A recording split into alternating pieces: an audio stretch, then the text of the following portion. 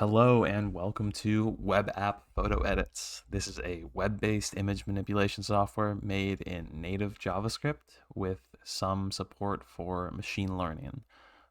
That will be using a separate library, but that's not implemented and that won't be relevant to the showcase I have ready now. As you can see, this is deployed on render, so this is on its own hosted website right now. And how the app works is very similar to the demonstration 0.1, which is in the GitHub README as well. You can import an image, let's say night sky, and just to make the operations a little easier on the image, we're gonna lower the resolution down. We're gonna make it about half the size of what it is, so we're gonna do that. And you'll see that this image is a JPEG. So if I wanted to do something like extract the transparent lines from the image, which is something you can do. Well, first we need to support transparency. So you can just go down here to where the current image data is, and you can double click on this extension tab here. You'll see there's the pointer changes to a click, and you just double click on that, and you just type in PNG and hit enter, and now it's a PNG, or it will be a PNG when you extract it. It's not currently a PNG. This is just a representation of the original image on the screen. So we have that done.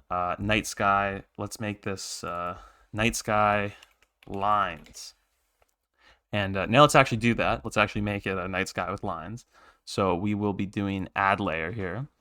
For add layer, we're going to go into our visualizations and we're going to choose a edge detection visualization. So we're going to be choosing our Sobel filter here, but you could use pre-wire.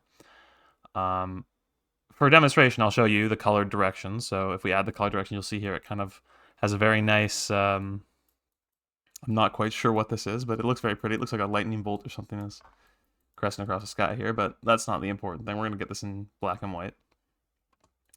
And we're just going to, instead of blackout background, we're just going to check off transparent background instead. And there we go. Now it's a transparent background. And because it's a PNG, when I export this image now, it will export as actually transparent. So quick export, and then this will be saved into my downloads folder. So put it there. And if we open it up in a browser, you'll see you can sort of make out the individual lines of the image here.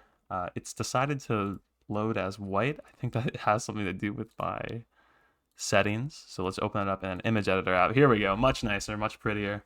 You can see it's successfully extracted all the data out of it. A couple of things you can do. So you can unsee this filter. Let's say I don't want to use this filter anymore, so I'm going to just check it off and we don't have to use it anymore. We can name the filter, like if we wanted to name this Sobel Transparency or something. Sobel Transparency. That's not spelled right. I don't care. We can add a new layer if we want. Let's add a grayscale, or let's add a sepia effect and have a light intensity on it so it's not too overpowering. We still want to maintain some of that original color. And then we're going to add, let's say, a painted filter on top of it. So we're going to add this paint stylization on top of it here.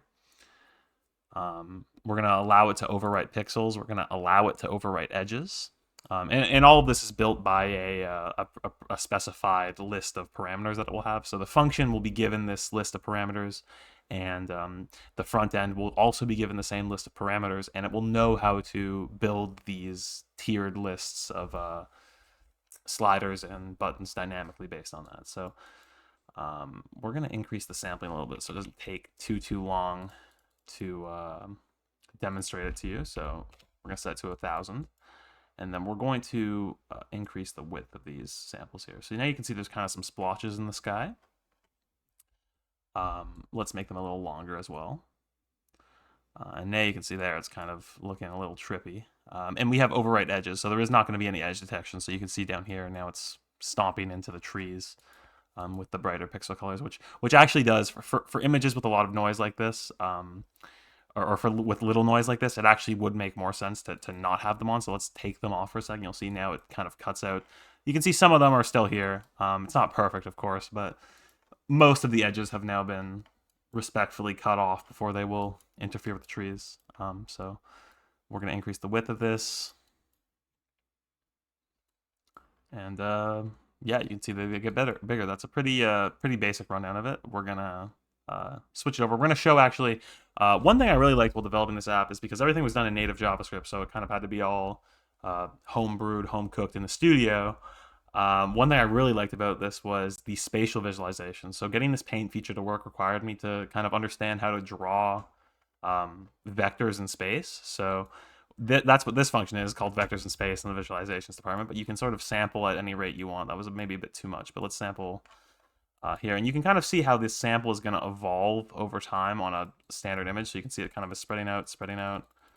And something that's really interesting is that it will get down to a point where it will loop correctly so that each time it goes across the image, it's not starting at the start of the image here like it is for this. And it kind of will allow you to, if I get down to it, maybe a smaller count where it's even possible for that to happen. Let's say 1500. You see kind of it scatters across the sky instead. So this is kind of the ideal scenario for when you're using it for painting, but just to visualize it as a vector. And we're going to make it stand out from the background a bit more here by having it be solid red. So, but you can see this is kind of what I had to do to visualize how the vectors paint or transform in space. And so you can have, lengths and widths. Now these are just giant red cubes, and my face is red in the webcam. And these things, these have rotations, so you can change the angle of it, and it will rotate around the top of its line draw. But yeah, that's how the app works. So yeah, you can change names, you can change file extension, you can change the dimensions of the image like we did with the resize. You can also do cursor cropping, so we have a cropping feature. You can even use your cursor for it. It kind of draws a little bit. It draws to it does some weird stuff, but it's functional enough for the purposes of this demonstration. And that's all. So thank you for watching. This has been PhotoEdits version 0.2. Enjoy. And hopefully I'll have it deployed, or when you watch this, it will be deployed. And there might be a more updated link for it. But for now, this is what we have. Have a good one.